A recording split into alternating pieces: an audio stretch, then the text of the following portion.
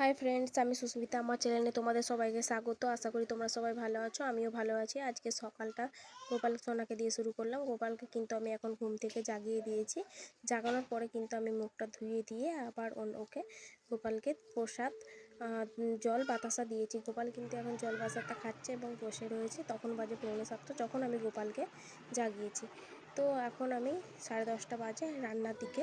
রান্নার ডাল হচ্ছে, এখানে মাছটাও রয়েছে, ঝিঙে কাটা রয়েছে, আলুও কাটা রয়েছে, তরকারি এখনও হয়নি, হবে।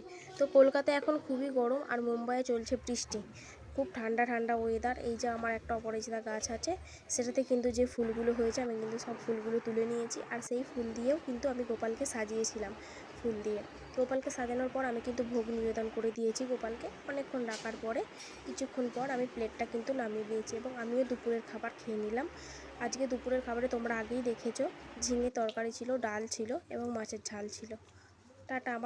আমার মিনি ব্লগ ভালো লাগলে লাইক সাবস্ক্রাইব করো।